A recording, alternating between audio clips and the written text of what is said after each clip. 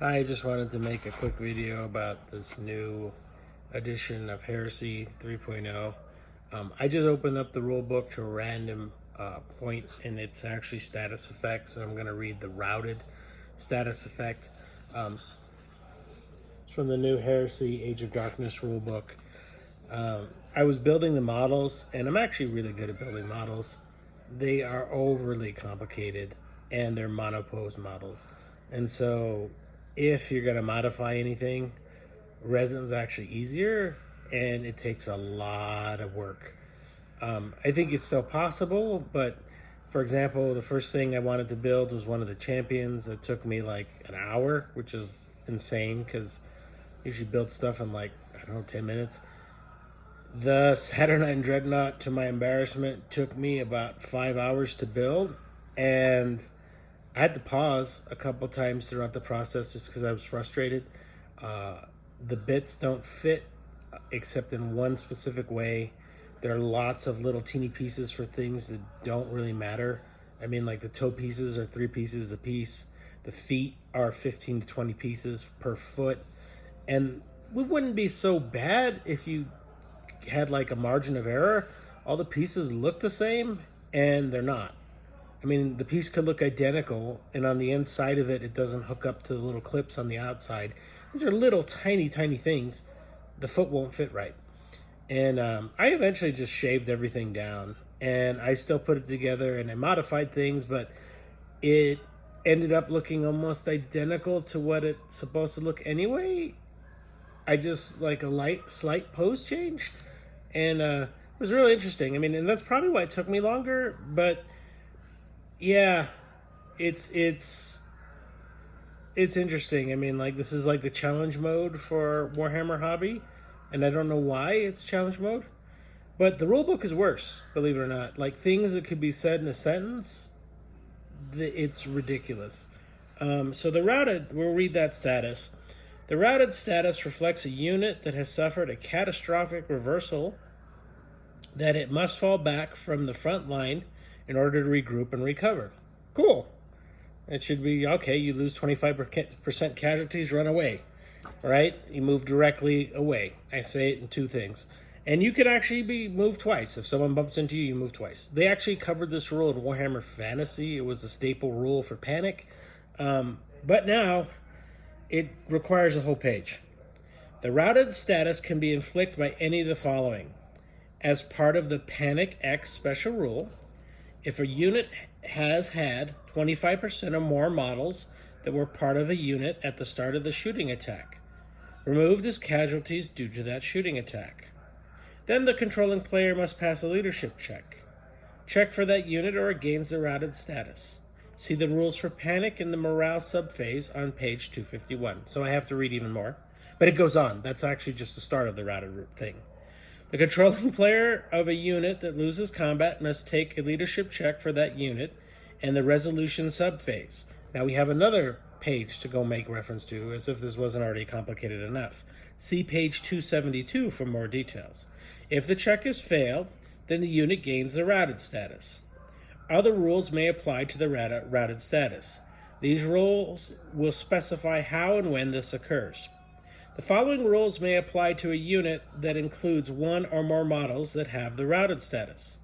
The controlling player of the unit that includes the models that are routed must make all shooting attacks for that unit as snapshots. The controlling player of a unit that includes any models that are routed may not declare reactions for that unit. A unit that is routed with a routed status may not move in the movement subphase of the move phase. Any effect that would force them to move or rush in the movement phase has no effect. In the route subphase of the movement phase, a unit that includes models with the routed status must fall back. We're only halfway through, so to give you can't just say the guys run away when they have 25% casualties, they can't move, they can't react. I mean, like, that would be a sentence, right? No, we must go on. Any models that have the routed status and move into contact with any point at a battlefield edge that is within the controlling player's deployment zone stop moving, and any of the models that have the routed status and begin the route subphase in contact with any point on the battlefield edge that is within the controlling player's deployment zone remain stationary. They wrote a paragraph as a single sentence. And is that, like, not the most confusing paragraph sentence ever? But no, we're only 3/4 of the way there. We're maybe 60%. If a unit includes one or more models with the routed status, enters. Let's see. Well, it's almost the same exact thing. If a unit includes one or more models with the routed status, enter the contact with an edge of a battlefield within the controlling opponent's deployment zone as part of a fallback move, a leadership check must be made for that unit once all the models in the unit have completed their moves. If the unit check has failed, then all the models in the unit immediately are removed from play as casualties. However, if that leadership check is passed, then the unit remains in play and all the models in the unit lose the routed status but gain the suppressed status. We're still not there. In the assault phase, charges may not be declared for a unit that includes any models with a routed status, and any rule effect that would otherwise force a unit to make a charge has no effect. A unit that includes any models with the routed status in the resolution subphase of the assault phase must always fall back at the end of the phase. We're almost to the end. There's a designer's note which further complicates things. And remember, I didn't even look up page 251 or 272 because I'm exasperated with just the description of routed, a condition. Designer's note. Astute players will have noticed that a unit under the reactive player's control that loses combat and gains routed status will be forced to fall back from that combat, and then will have to fall back a second time in the controlling player's following movement phase. This is entirely intentional, and is intended to avoid units ping-ponging in and out of combat. Players whose units have been routed will benefit from the fact that they must halt at the battlefield edge, stopping them from running to their doom, and the fact that it has been attacked while routed does not result in immediate removal of the routed unit, nor stop them from shooting. Furthermore, the various Liber books will present additional options in War Gears that will allow players the opportunity to mitigate statuses outside the status subphase. This is one status.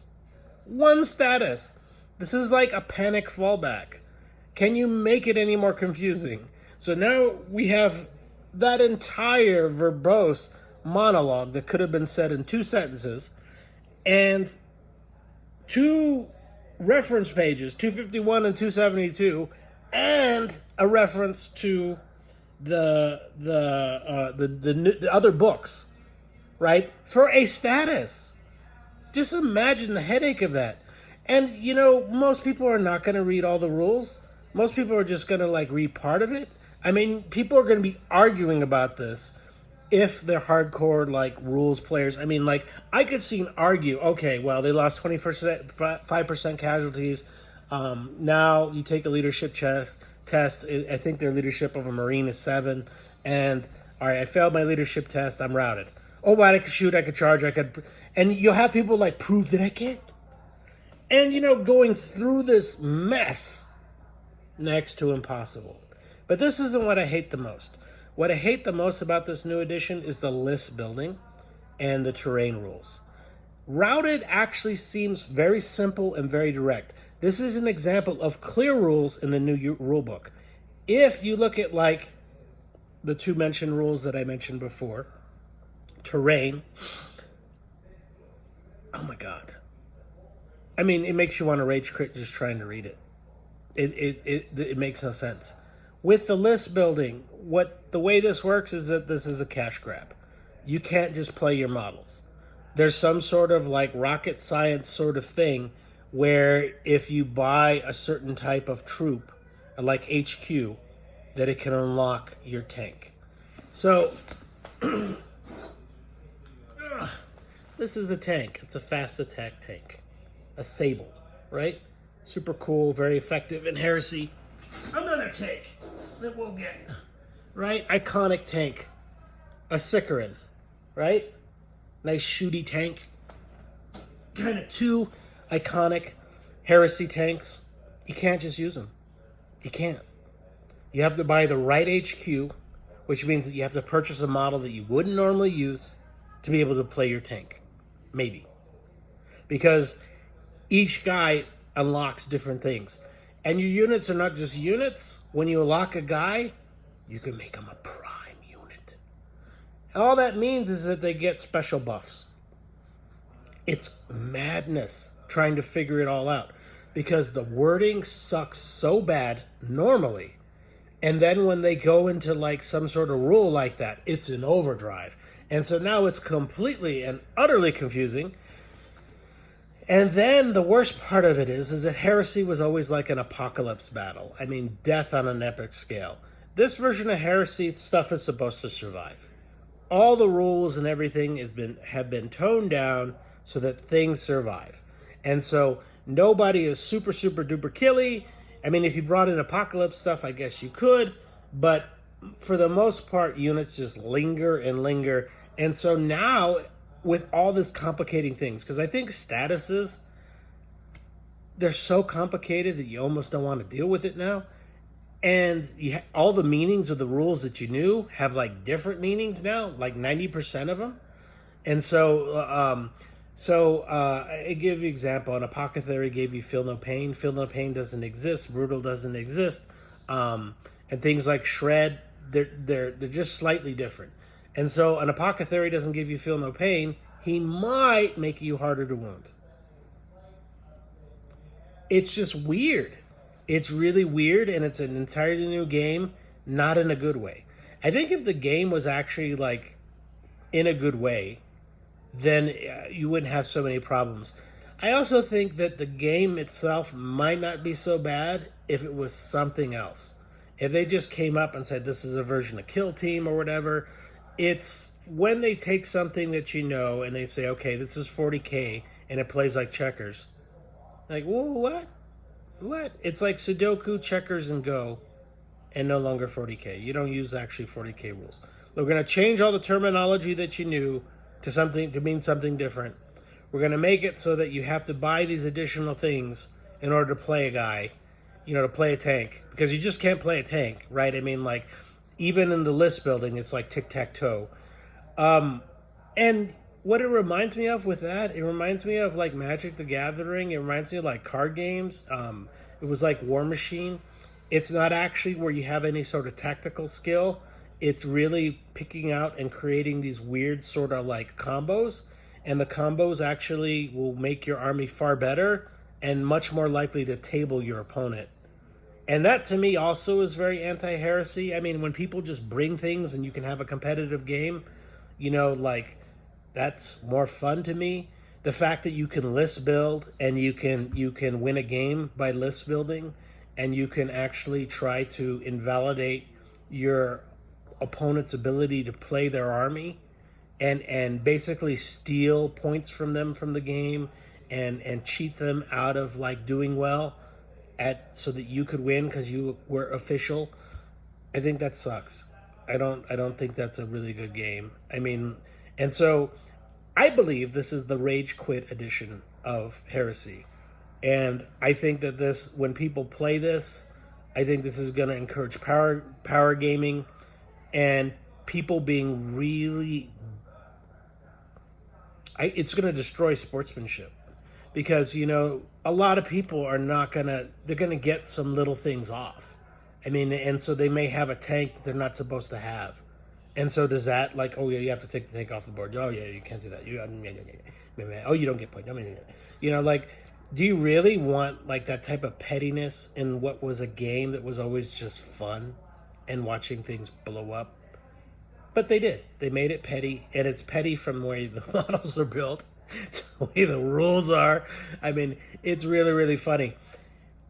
And there's some people who've tried it and they like it. And, that's a weird psychological thing. It's like a brainwashing thing. Like you can ease yourself into something and you can indoctrinate yourself into something and even like convince yourself that something bad is good. It's a part of psychology. I mean, that's how addiction works. It's how people fall into amoral actions, because they're kind of easing in to these things, and they just become more okay, more okay, more okay, until the world, they're living in a ruined world, but they think it's normal because they've eased themselves in.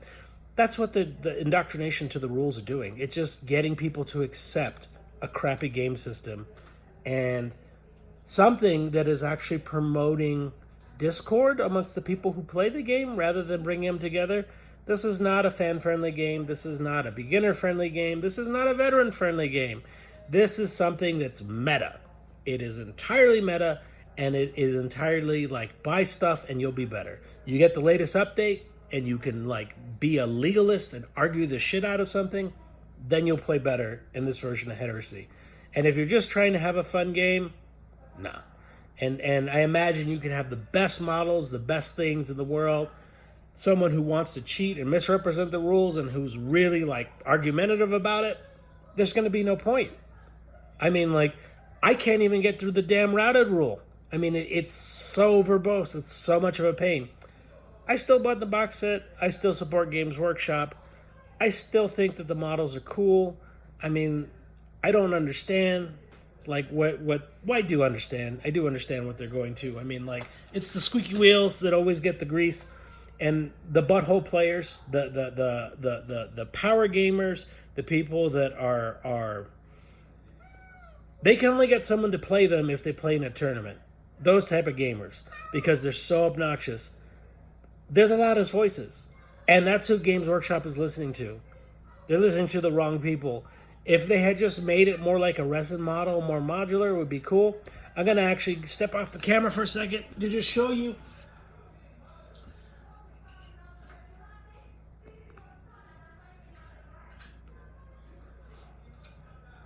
I have 3 models. I was going to put up just so you can see size comparison. So this is a Heresy Salamander's Dreadnought, right? And they're expensive. I mean, when you could get them. This is something like a $200 model, okay? This is the Saturnine Terminator. See if we can put them in the same screen. So basically, the Heresy Forge World Contemptor looks like a child compared to the Saturnine Terminator, right? Huge, weird scale creep thing. All the Marines are Primaris size, which makes no sense. It's just GW can't have a 3D printer that's the right, prints at the right scale. And this is a Knight Morax, another very expensive model. But to give you an example of the scale of this, and so strangely, like the Custodes Telemon, mine's packed away in my army bag, but it's about the same size.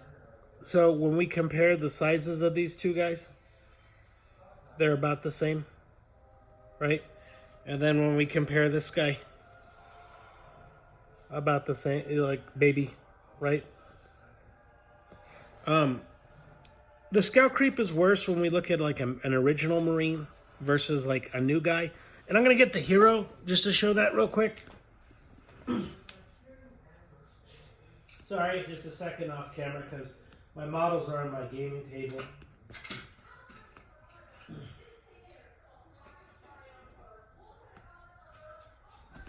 Okay, so we're going to look at some other models. This is one of the heroes. He's also needlessly complicated to put together. The main thing is his cape. If you don't put him together exactly the right way, his cape, it has these weird dents in it. Let's see. This is a Palatine blade. But again, he looks like a guardsman in comparison. Then when we look at like the newer stuff, right? I mean, this is like a Primaris Terminator, to give you an example. Right? He's comparable size. He's proportioned to a Primaris Terminator, right? And then we'll look at like the War Master. This is new Horus is actually kind of, I don't have the old one, but Horus, I don't know, transfigured, whatever. Right? I mean, he's to scale with that one.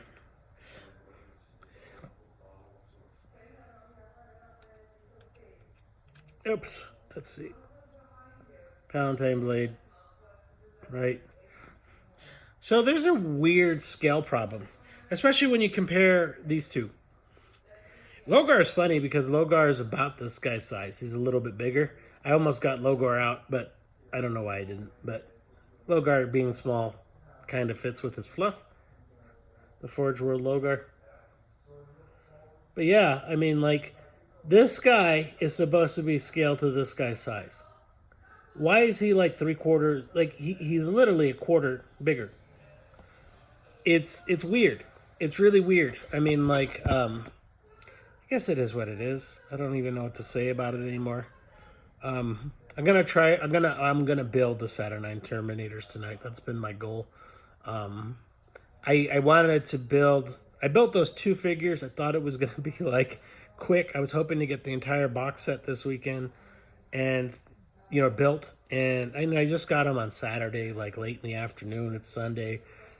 It took so long to build the Saturnine Dreadnought, and it took so long to build this silly guy. And it's mostly because I had to modify him. And so as you can see, like, just to move his arm, I had to cut in and green stuff, and I still have to work on that, like to fill in his armor and stuff. I just moved his arm a little because I didn't like the way it was. Part of that storage reasons, when you have something vertically, it doesn't store well and it breaks. And so I wanted it more horizontal. And so just this type of adjustment, it took me forever, which is ridiculous. It shouldn't be. But anyway, those are my thoughts. I mean, if you support Games Workshop, I think still support them. I bought the box set. I bought the Libers. I'm not going to play. I mean, I just read some of the rules, and it gave me a migraine. Some of the things that I can pick up, like in some of the stuff, might be good to play, like in like a hodgepodge. Because I actually think something like, because most Heresy players are beer and pretzels guys anyway. So you can hodgepodge rules that make sense. And I think that would be cool. So the Salamander's not being able to be wounded on a 1 or a 2. That's great. They were really underpowered. And I think if you just throw that in to like a 2nd edition model, they'll actually perform better, and it'll be like a more fun game rather than them just dying. And so stuff like that we'll play test and we'll do, if it makes sense. And I think rerolls are great. Whenever there's a problem in a game, that's usually how I resolve them. Have a reroll. And you can actually use a reaction if you want to do a do-over. If you think that would help. I mean, like, it isn't as obtuse as these rule books. I don't understand. But anyway, that's my opinion on what the things are. Hopefully I can get some Saturday Night Terminators built without wanting to, scream.